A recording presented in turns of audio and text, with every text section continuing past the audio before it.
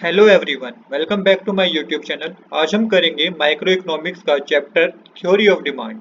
आज का ये हमारा लेक्चर नंबर 1 होगा, जिसमें हम दो चीजें समझेंगे। पहला हम कंसेप्ट ऑफ डिमांड समझेंगे, दूसरा हम डिमांड एंड क्वांटिटी डिमांड की डेफिनेशन समझेंगे एग्जांपल के साथ।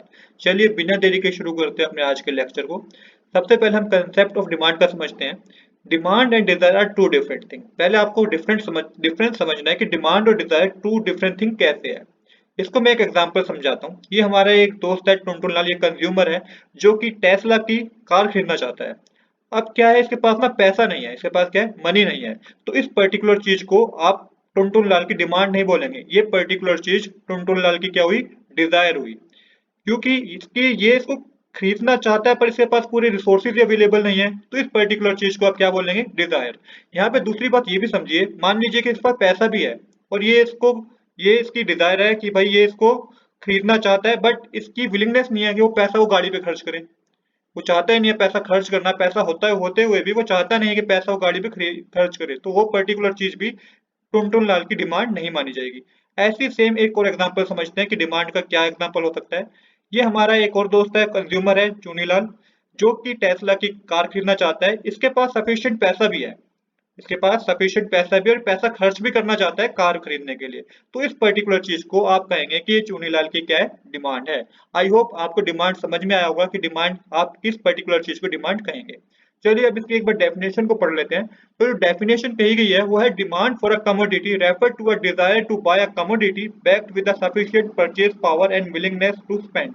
ऐसी चीज को डिमांड कहते हैं जिसमें कंज्यूमर की डिजायर है और उसके पास उतना पैसा भी है और वो उसको खर्च भी करना चाहता है। तो तीन बातें समझने की है, desire to buy, with a sufficient purchasing power and willingness to spend. तो इन तीनों चीजों की जब फुलफिलमेंट हो जाती है तो उस पर्टिकुलर चीज को आप डिमांड बोलेंगे। आई होप आपको डिमांड की डेफिनेशन याद करने में कोई प्रॉब्लम नहीं होगी। अब चलिए अब आगे चलते हैं। अब एक बार कंसेप्ट ऑफ क्वांटिटी डिमांड का भी कंसेप्ट समझ लेते हैं। ये तीन कंज्यूमर हैं जो कि एक शॉप पे जाके कोई गुड्स एक्स खरीदना चाहते हैं।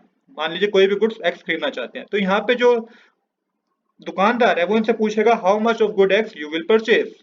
पूछेगा कि आपको कितना गुड्स चाहिए एक्स का। तो इनका जवाब क्या होगा, इनका जवाब होगा, what is the price of good x. मतलब कि कुछ ऐसी चीजें होती है, क्वांटिटी डिमांड आप उसको कहते हैं जब पर्टिकुलर चीज कंज्यूमर तब खरीदेगा जब उसको उसके प्राइस के बारे में पता होगा। प्राइस बहुत मैटर करता है किसी पर्टिकुलर गुड्स को खरीदने के लिए। इसको मैं एक और एग्जांपल समझाता हूँ। आइए पहले इसके बाद डेफिनेशन पढ़ लेते हैं, फिर मैं आपको एक और एग्जांपल समझाऊंगा कि क्वांटिटी डिमांड क्या होती है।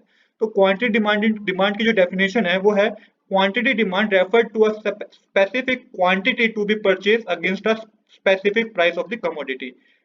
मतलब कि ऐसी डिमांड जो उस पर्टिकुलर कमोडिटी के प्राइस पे डिपेंड करती है कि कंज्यूमर कितना खरीदेगा उसको, उस पर्टिकुलर चीज को आप क्वांटिटी डिमांड कहेंगे। चलिए अब एक बार इसके एग्जांपल समझते हैं। मानिए कंज्यूमर आइसक्रीम खरीदना चाहते हैं, राइट, आइसक्रीम खरीदना चाहते हैं। अब क्या है, a consumer demand is two ice cream if the price of per ice cream is ₹15। अगर एक आइसक्रीम का प्राइस ₹15 है तो कंज्यूमर उसको दो ही आइसक्रीम खरीद रहा है। कंज्यूमर कितने आइसक्रीम खरीद रहा है, दो आइसक्रीम खरीद रहा है। पर अब सेम आइसक्रीम का प्राइस क्या हो गया, ₹10 हो गया, तो कंज्यूमर कितने आइसक्रीम खरीद रहा है, चार आइसक्रीम खरीद रहा है। मतलब कि जितना प्राइस कम होगा उतनी हमारी क्वांटिटी डिमांड क्या होगी, ज्यादा होगी। यहाँ पे आपको ये बात समझनी है। तो यहाँ पे आप कह सकते हैं, here quantity demand is for ice cream if the price happen to be ₹10 per ice cream. अगर ₹10 प्राइस है एक आइसक्रीम का, तो कंज्यूमर उसको चार खरीद रहा है। अगर वही आइसक्रीम का प्राइस ₹15 हो जाता है तो कंज्यूमर उसको टू ही खरीदता है। तो आई होप कि आपको डिमांड और क्वांटिटी डिमांड में क्या डिफरेंस होता है, क्या इनकी डेफिनेशन होती है, आपको समझ में आया होगा। आज के लिए इतना ही। Thanks for watching. Next lecture में हम इसका अगला टॉपिक करेंगे। If you like this video please do subscribe this channel.